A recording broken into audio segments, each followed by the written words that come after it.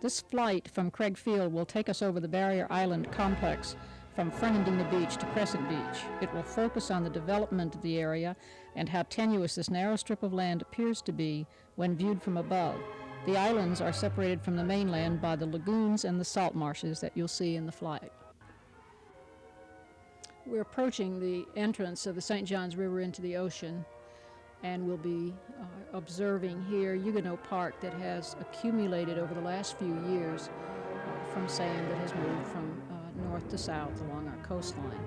As we approach the area of Little Talbot, you'll notice some heavy erosion taking place at the north end, while the south end here is building very rapidly. The Sound right here, Fort George Inlet, is silting up. You can see the accumulation of sand filling the thing. The shoals are evidenced by the surf, the breakers, breaking right in front of the entrance to the inlet. This is the north end of Little Talbot. We're looking south. Bird Island is in the center of the screen up there. And here erosion has removed a lot of this area. In fact, it's simply moved it from the north end of the island down to the south end. Lots of old marshland being uncovered. This is an old marsh bottom here that has existed for several thousand years, and the sand has now been removed. We took some students there on a field trip not too long ago, and you can see it's not very sandy. The student here is coring to get us a sample of the material that is underlying this area. When he pulls it out, you'll note that it's not sand. It is marly, clay-like material that's characteristic of a marsh bottom. The students were very reluctant, of course, to get their hands dirty and feel this material. It is very slippery, clay-like substance, not conducive to riding around on the beach. Looking south again at the island, you'll note that little inlet right at the north end of the island. The water is moving in behind the beach sand, forming a little inlet. This is the salt marsh just west of Big Talbot Island. And you note the extensiveness of that marsh, and in the background, the Intracoastal Waterway. Most of this island is undeveloped, except for a few parcels still owned by private individuals. This has been purchased by the state. At the north end of Big Talbot, we are preparing here to fly over Nassau Sound. And you can see the south end of Amelia coming up here. Lots of erosion here, where the controversy right now is raging over whether they will receive Navy sand or not. Farther up that island, development has proceeded at a rather rapid rate. Lots of houses parallel the beach, particularly straddling A1A on the north. In the upper part of the screen, you can see the mud track left by this shrimp boat, and then mud along the beach where the surf is roiling up the bottom, creating sand movement. And it's that movement of sand that feeds the south end of the beach and the Fort George Inlet. Lots of development again going on here still. Condominiums and high-rises of all sorts, lots of individual homes. Again, the mud, you can see the mud boiling up there from the surf. Just a constant impact by man. Here's a little road that breaches the dunes.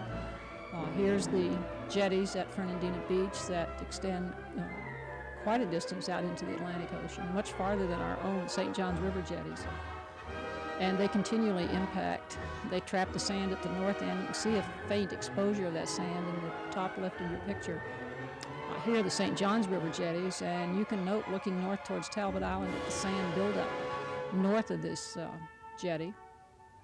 And again, the erosion taking place at the south, on the south side of the jetties. And you note that they do not extend quite so far out into the Atlantic. The beach's pier does have some impact on the beach, probably more on fishermen and surfers than on beach erosion, but there is some interference with wave patterns.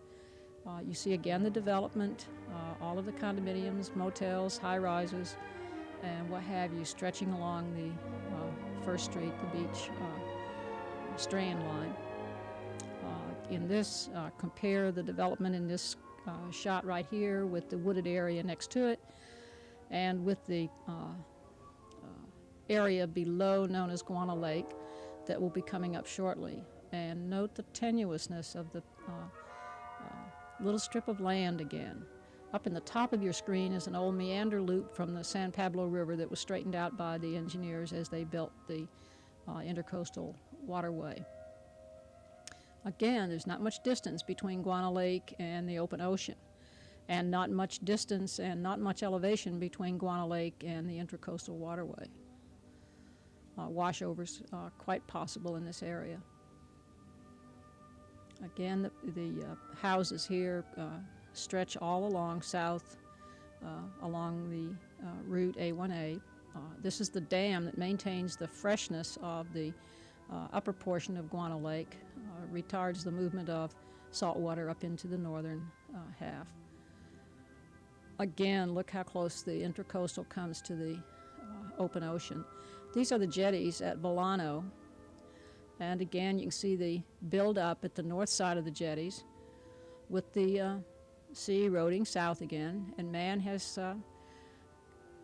taken the opportunity again to build houses immediately almost on the sand that has accumulated around that area. Some of those houses are very, very expensive houses built on a very tenuous area.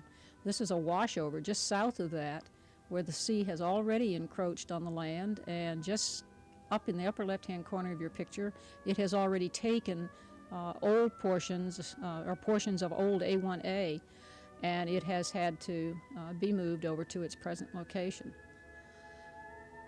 This is the Crescent Beach Palatka Highway Bridge that shows the development just south of that area, paralleling again the Intracoastal Waterway. Moving south, the housing development continues full force, giving you a good shot here of the vastness of the Intracoastal and the salt marsh behind those islands. And again, here the Matanzas Inlet is coming up shortly.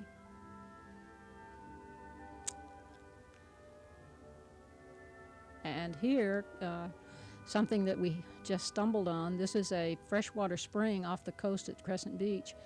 It's a submarine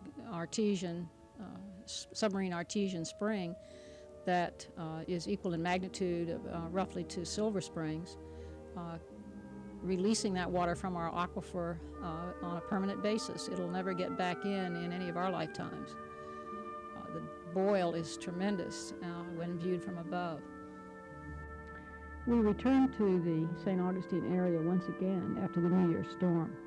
The washover that you viewed previously is shown here again and has obviously been expanded by the storm surges.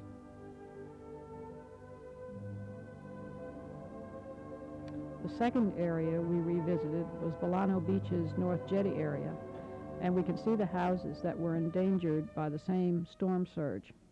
One of the owners had dumped cars in front of his house to prevent his home from being undermined.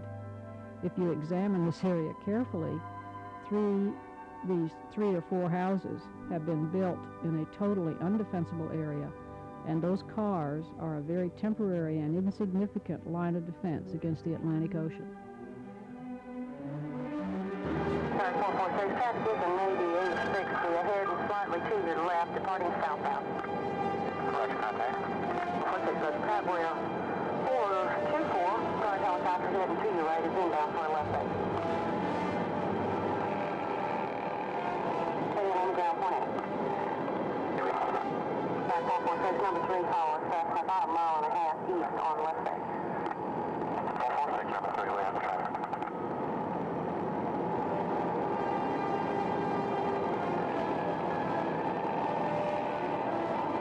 That's 5 taxi to position hold.